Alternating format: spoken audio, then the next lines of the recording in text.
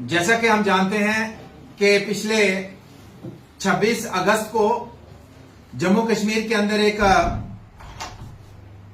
बहुत बड़ा त्रासदी हुई, जिसमें भारी बारिश और बाढ़ की वजह से हमारा चनैनी घोरडी जो विधानसभा क्षेत्र है, इसमें लगभग 100% रोड्स हमारे स्लाइड की वजह से, बाढ़ की वजह से, भारी बारिश की वजह से बंद हो गए और 100% हमारा इलाका बिजली से कट ऑफ हो गया, मोबाइल नेटवर्क से कट ऑफ हो गया। इसी तरीके से पानी की जो पीने के पानी की जो स्कीम्स थी, जिसमें 8 स्कीम्स हैं जो लगभग पूरे तरीके से तबाह हो गई हैं और बाकी सारी स्कीम्स इफेक्ट हुई हैं। तो उसको लेके लगातार आपका मीडिया बंधुओं का भी उसमें सहयोग रहा। लोगों की जो समय समय पे जो लोगों की डिमांड्स थी वो आप उठाते रहे। लेकिन अगर जम्मू कश्मीर में सबसे ज्यादा जम्मू संभाग में नुकसान हुआ और जम्मू संभाग के सबसे ज्यादा उधमपुर के चनैनी घोरडी विधानसभा क्षेत्र में नुकसान हुआ। जिला उधमपुर के पहाड़ी क्षेत्र में सभी जगह हुआ, लेकिन चनैनी घोरडी चूंकि पूरा विधानसभा क्षेत्र पहाड़ी है तो बहुत ज्यादा नुकसान हुआ। अगर बात करें हम पंचारी मोंगरी की, वहां हुआ, बसंतगढ़ की बात करें, सुंडला की बात करें, लेकिन चनैनी घोरडी विधानसभा में सबसे ज्यादा हुआ। तो जिसको लेके लगातार हमने भी दिन रात कोशिश की है कि लोगों के बीच में जाके, मौके पे जाके, जिस तरीके से भी लोगों को रिलीफ देने के लिए हम अपना सर्विसेज दे सकते हैं हमने दी है। तो मैं उसी की कड़ी में कहना चाहता हूं, 26 तारीख के बाद फिर से 2 सितंबर को फिर से बहुत बड़ी बारिश हुई। सभी और 2 के बीच में हमने काफी सड़कों को रेस्टोर किया था, बिजली का सिस्टम रेस्टोर किया था, लेकिन 2 की बारिश में हमारा नेशनल हाईवे फिर से बैठ गया। तो बहुत ज्यादा एक पहली बार मुझे लगता है कि मेरे जीवन काल में भी इतना बड़ा संघर्ष हमें भी करना पड़ा और लोगों को भी करना पड़ा कि लगभग 20-22 दिन हमारा इलाका, बहुत सा इलाका बिजली से कट ऑफ रहा। तो अभी सिचुएशन यह है कि बिजली का ऑलमोस्ट हमारा ठीक है, लेकिन हमारी सड़कों की हालत जो है ये अभी भी दयनीय है। अभी भी हमारी 40-50 मेडोरें और बसें गांव के अंदर फंसी हैं। जैसे आपने तोरडी के अंदर देखा कि लोग ऑटो को कंधे के ऊपर उठा के ला रहे थे, तो इसी तरीके से अभी मेडोर और बस आ नहीं सकती है। अब चूंकि लोगों का बार बार फोन आता है, जैसे अगर हम बात करें यहाँ चनैनी से जब हम नीचे जाते हैं तो पटनगढ़ है, हमारा काड़ियां है, तनास है, नगुलता है, टंडार, जितने पंचायतें हैं, तो चनैनी के नीचे पुल की इस साइड हमारी पूरी वो सड़क चली गई। और सड़क जाने से क्या है कि अब वहां पे बड़ी गाड़ी तो क्रॉस करना बहुत मुश्किल है, छोटी गाड़ी बड़ी मुश्किल से क्रॉस होती है। अब फंड्स चूंकि रेस्टोरेशन के, परमानेंट रेस्टोरेशन का पैसा भी कोई आया नहीं, जिसकी वजह से उसमें जो काम चल रहा है, तो कॉन्ट्रैक्टर को बिना अभी पैसे के उसको कहा कि आप काम करो, आपको इंतजाम करके देंगे। लेकिन अभी ठेकेदार भी जानते हैं कि जिस काम में टेंडर नहीं होगा, अलॉटमेंट नहीं होगी, उसका पैसा निकलना मुश्किल है। लेकिन फिर भी इस इलाके में लोगों को बहुत परेशानी है और पार भी काफी रोड टूटे हैं। लेकिन ये टूटने से हमारी 5-7 पंचायतें कट ऑफ हैं। छोटी गाड़ी बड़ी मुश्किल से चल रही है, लोगों को तकलीफ है, मैं महसूस कर रहा हूं। लेकिन हम भी दिन रात लगे हैं कि किस तरीके से इन रोड्स को दोबारा रेस्टोर करें, और जब तक ये पैसा पूरा नहीं आता, और मुझे लगता है कि 2-1 दिन में ये पैसे की अनाउंसमेंट हो जाएगी। जो भी पसियां हटाई हैं, जो रोड क्लियर किए हैं, उनका मकसद, उन कॉन्ट्रैक्टर्स का सिर्फ टारगेट था कि रोड क्लियर करके छोटी गाड़ी चलाओ, बड़ी गाड़ी का उनकी जिम्मेदारी नहीं थी। तो लोगों की शिकायत यह है कि हमारी ट्रक नहीं निकल रहा है, बस नहीं निकल रही है, लोड कैरियर नहीं निकल रहा है, मेडोर नहीं निकल रही है, बच्चे स्कूल नहीं जा पा रहे हैं। गांव के लोग बस और मेडोर एक सर्विस है, सभी के पास छोटी गाड़ी नहीं है, वो नहीं आ पा रहे हैं। तो अगर बात करें तो हम जैसे नारदन का रोड है, चाहे बर्मीन से हो, चाहे कालडी से हो, यहाँ बहुत दिक्कत है, बहुत ज्यादा दिक्कत इस इलाके में। पहाड़का में हमारा कोडी के अंदर तारगदिया रोड में अभी भी हमारे पत्थर पड़े हैं, छोटी गाड़ी निकल पा रही है, लेकिन मेडोर बस नहीं जा पा रही है। इसी तरीके से रजार की बात करें, हम लाठी पुल हमारा थोड़ा बहुत ठीक किया था, लेकिन दोबारा बह गया। 4 पुल हमारे और निकल गए, जिसमें हमारा तोरडी का ब्रिज है, जिसमें हमारा दखड्डू का ब्रिज है, जिसमें सत्यालता का ब्रिज है। और कल परसों से, अब चूंकि श्रीनगर से 2 दिन तो मैं कल ही रात को आया,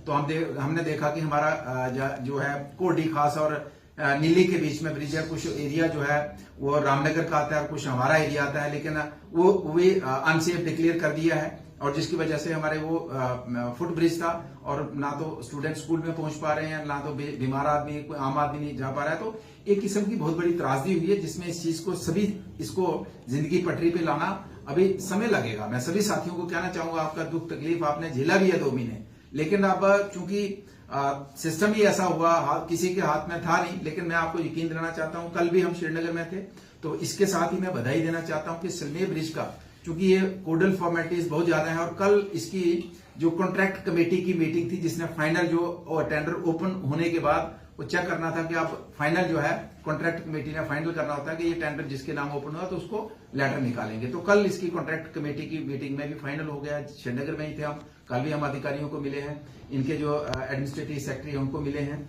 तो उनको हमने डिमांड की है। तो चलो एक सलमे ब्रिज का तो मैं बधाई देना चाहता हूं कि कॉन्ट्रैक्ट कमेटी से फाइनल होकर आप सिर्फ कॉन्ट्रैक्टर ही डेट तय करेंगे या अधिकारियों के साथ डेट तय करेंगे इसका काम कब शुरू करें। मैं पिछले हफ्ते डॉक्टर जितेंद्र सिंह जी के साथ भी मिला दिल्ली में, उनको भी कहा कि इसके लिए आपको समय निकालना है, इसका फाउंडेशन जब रखना है वो भी आएंगे, तो वो कब समय देते हैं, लेकिन होपफुली जल्दी हफ्ते 10 दिन के अंदर मुझे लगता है कि ये टाइम इसका फिक्स हो जाएगा। मंत्री जी और बाकी भी और जो हमारे लोग इसमें आना चाहते हैं इसकी इनॉग्रेशन में, तो उनको भी मैं खुला आमंत्रण देना चाहता हूं। तो ये हमारा सलमे ब्रिज का जो एक बहुत बड़ा पेंडिंग मसला था, अल्टीमेटली अब फाइनल स्टेज पे हो गया है। 4 ब्रिजेस जो मैंने जिसकी बात की, तो हमने कमिश्नर सेक्रेटरी जिसमें तोड़ी ब्रिज की बात की है, हमने खड्डू की बात की है, और ये जो लाठी पुल की बात हमने की है, सत्यालता की कि किस तरीके से। तो कल ही हमारा लेटर यहाँ से डीसी ऑफिस से निकला है, उसकी कॉपी मैं आपको भेजता हूँ। उन्होंने कहा जी वहां से भिजवाइए, तो हम आपको इसके लिए फंड्स दे रहे हैं। तो इसके लिए भी पैसा हमें जल्द ही रिलीज होने वाला है।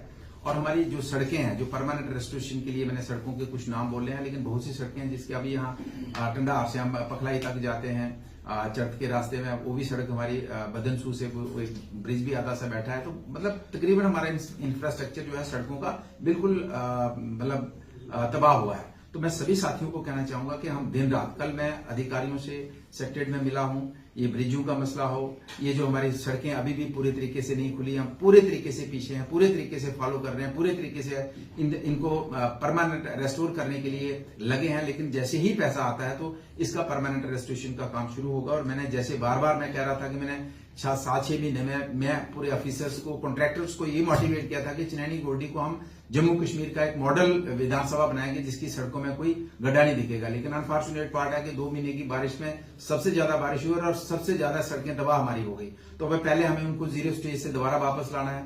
आने वाले समय में इन सड़कों को हमने बेहतर बनाना है, मैं यकीन दिलाना चाहता हूं। और सभी साथियों को मैं ये कहना चाहता हूं, उसके बाद हमारी पानी की बहुत समस्या है। अभी पानी का भी हमें पीएचई डिपार्टमेंट, जिसको जल शक्ति डिपार्टमेंट अभी कहते हैं, उसके लिए भी पैसा कोई आया नहीं है। लेकिन उधार करके जैसे यहाँ 2, 4, 5, 10 पाइपें लगती हैं, हम लगे हैं। लेकिन मैं सभी साथियों को यकीन दिलाना चाहता हूं कि बलवंत सिंह आपका नेता नहीं, आपका एमएलए नहीं, आपके परिवार का एक सदस्य। और मैंने आपको बार बार कहा है कि जब भी आपकी कोई संकट की घड़ी है, हम पूरे तरीके से आपके साथ खड़े रहेंगे और हमने करके दिखाया है। आप कोई सेटिस्फाई हो या नहीं हो, जो 26 तारीख के बाद जो हालात बनी, तो मैं एटलीस्ट अपने आप को मैं कह सकता हूं कि मेरी जो जिम्मेदारी बनती थी मैंने 100% निभाई है।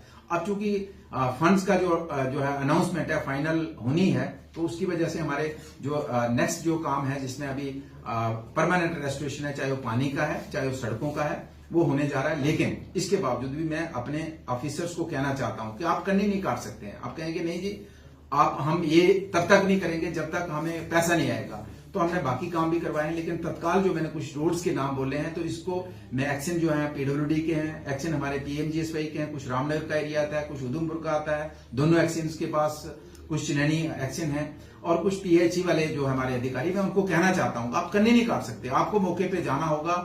और जिस तरीके से भी जो छोटी मोटी रेस्टोरेशन है, मैं कहूंगा जहां 200, 400, 500 पाइपें लगती हैं, जहां 2 करोड़ रुपया लगता है, आप नहीं करेंगे। लेकिन छोटा मोटा रेस्टोरेशन का आपको मौके पे जाके फौरी तौर पे लोगों को रिलीफ देना होगा। और जहां आपको लगता है, मैं अधिकारियों को कहना चाहता हूं, जहां आपको लगता है कि कोई गुंजाइश नहीं बन रही है, तो हम अपने सीढ़िया में से आपको देने के लिए तैयार हूं। मैंने ऑफिसर्स को यहां बुला के कहा भी है, मैं उनको दोबारा कहना चाहता हूं कि काम रुकना नहीं चाहिए और लोगों को तत्काल जरूरत है पीने के पानी की, और तत्काल जरूरत है कि हमारी सड़कों के ऊपर बड़ी गाड़ियां चल पाएं। और 40-50 जी, आप मानते हैं कि पिछले 75 सालों में इतनी बड़ी त्रासदी आज तक नहीं हुई है। मैंने तो फिर इसे राष्ट्रीय आपदा क्यों घोषित नहीं किया जाता? भाजपा सरकार किसका वेट कर रही है? केंद्र में उनकी सत्ता है। देखिए, हमारा जो जहां भी प्लेटफॉर्म, जिस प्लेटफॉर्म पे हमें बात करनी होती है हम करते हैं। अब नेशनल लेवल पे, सरकार लेवल पे किस तरीके से इसको लिया जा रहा है, लेकिन हमारी यही डिमांड है, हमने कहा भी है, रिपीटेडली कहा है कि इसको राष्ट्रीय आपदा घोषित किया जाए, ताकि इन लोगों का भी तो ये एक समस्या है। लोग जो घर के बाहर हैं, टेंटों में, सर्दी आने वाली है,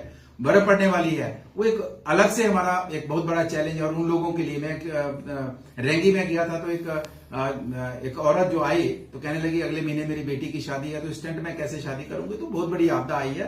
तो मैं ये केंद्र से भी उम्मीद करता हूं और फिर से डिमांड करते हैं कि इसको राष्ट्रीय आपदा घोषित करके और जल्द से जल्द जो है फंड्स का जो है अलॉटमेंट किया जाए, जो है पैकेज का अनाउंसमेंट किया जाए। एक तो किया है छोटा पैकेज, लेकिन उससे तत्काल काम हो पाए हैं, लेकिन बहुत बड़ा नुकसान है, तो फौरी तौर पे वो 209 करोड़ रुपए का पैकेज दिया गया है। क्या चनैनी में 200 करोड़ रुपया बहुत होगा? देखिए बिल्कुल, मैंने कहा कि वो कम है, लेकिन होपफुली चूंकि अब एक तरफ तो हम कहते हैं कि अनाउंसमेंट नहीं हुआ, लेकिन आपने कल भी देखा ना, हमारा जो है नरसूब ब्लॉक के अंदर कल भी बिल्डिंग गिर गई। तो अब इसलिए डिले हो रहा था कि बारिश रुक नहीं रही थी और नुकसान लगातार हो रहा था, और जब तक पूरा फाइनल जो है नुकसान का जायजा नहीं बन जाता तब तक केंद्र में नहीं गया। डिले हमारी केंद्र की वजह से नहीं हुआ है, हमारी वजह से हुआ, और हमारे भी ऑफिसर्स का गलती नहीं है, क्योंकि हर दिन बारिश हो रही थी, हर दिन मकान गिर रहा था, हर दिन सड़क गिर रही थी, इसलिए डिले हुआ है। ऐसा नहीं हुआ कि एक दिन बारिश हुई और तबाही और दूसरे दिन हमें उसको डीपीआर बनानी थी, उसका नुकसान का जायजा लेना था। 2 महीने बारिश रुकी नहीं है, तो इसलिए नुकसान तो हुआ, लेकिन लोगों को प्रॉब्लम तो है, लेकिन अब सिचुएशन ऐसी है, मैं यही कहना चाहूंगा थोड़ा सा पेशेंस लोगों को रखने की जरूरत है। हम सारी आपकी जो डिरेल्ड लाइफ है, पटरी से निकली हुई जिंदगी है, वापस लाएंगे, सड़कें बढ़िया बनाएंगे, आपके पानी की स्कीम्स दोबारा बहाल कराएंगे, सारा सिस्टम रेस्टोर करेंगे। थोड़ा सा समय चाहिए, मैं सभी को यकीन दिलाना चाहता हूं। बहुत बहुत शुक्रिया।